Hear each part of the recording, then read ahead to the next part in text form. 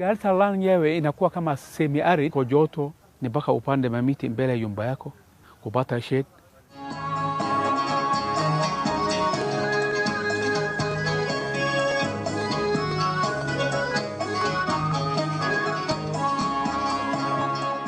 From the perspective of Garissa, which is an arid and semi-arid district, we have experienced a lot of problems which are associated with the climate change. We've been experiencing droughts, we've been experiencing floods, and all these come with a lot of loss in terms of livestock and other assets or infrastructure that is in place at the county level.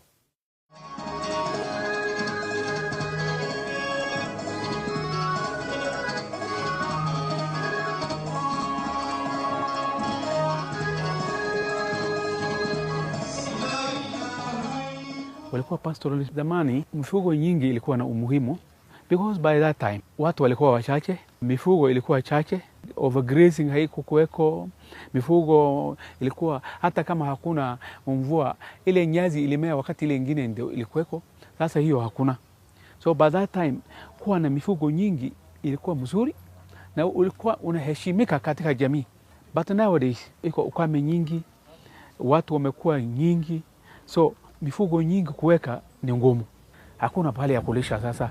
Kabla ya hapo watu walipoteza mifugo yao na hawakuwa wanajua watafanya kitu gani. Wamefuzwa mambo ya mashamba.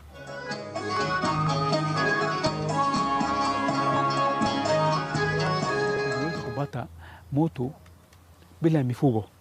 Amepatiwa ujuzi mwingine ya kujitafutia pesa. So amerudi kwa shamba, anapanda tomato, watermelon, nini na nini. Kitu ile inaweza kuvunwa haraka, anapata pesa. Anaweza kupanda kama mahindi, hiyo ni chakula yake nyumbani anajiwekea. Mifugo zamani ilikuwa inakufa. Mtu alikuwa anachunga tu mpaka anaona ng'ombe zake imemalizika. Katika hiyo hali ya anga wanapatiwa. Mtu akiona tu ukame anakuja, anauza ng'ombe yake, anaweka account. Anaweza kufanya restocking baadaye wakati iko nini? Iko mvua. I participate in developing environmental action plans, both at county level and at the national level.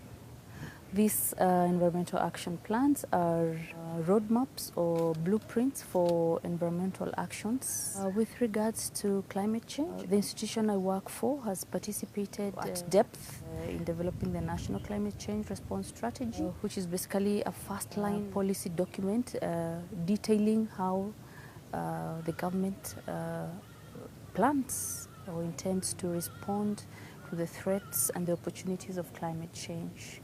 What I have learned in the past 6 days has been an opportunity for me to stir up new thinking in the way that one, our communities have an inherent potential to build their own resilience towards any manner of threats, climate change included. And what we as the regulators or the policymakers or the government, what we need to do is to look more closer into what the communities are having in terms of knowledge, in terms of assets, and work from that point. Because the ability to adapt is inherent down there, and the only gap is to exploit that ability. There are a number of interventions that we have to undertake in order to ensure that the climate change does not adversely or negatively affect our livelihoods. Some of these interventions are like strengthening or improving the livelihood systems that we have at the moment, or getting into new supportive livelihood systems. For Garissa, pastoralism is the main livelihood system that we have. So it will mean like getting into better livelihood systems. If we find that livestock is the most affected, maybe we can go for breeds of livestock that can survive better with the ever-changing climate. The other way will be to get into other supportive activities like crop farming, doing a bit of business activities and trade that ensure that people are able to survive when the climate change affects their livelihood. In a new constitution dispensation, we have two levels of government, the national and the county government. The county government has a lot of opportunities for supporting climate change adaptation interventions at that level. Because one of it could be in terms of real interventions undertaken by the various ministries according to the mandates that it has been given, and the other could be in form of laws that could be passed by the county assembly. These laws then would facilitate the implementation and structures that are supposed to be put in place to support climate change.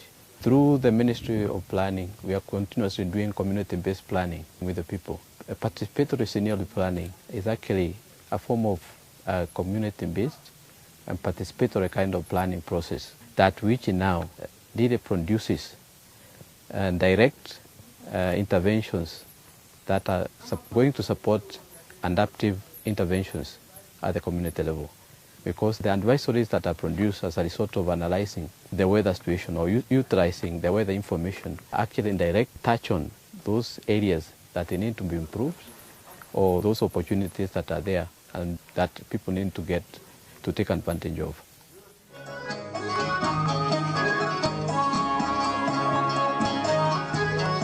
Zamani watu walikuwa wanafuata mifugo tu, walikuwa huko. Watu wachache ndio walikuwa wanapelekanga watoto wao shule.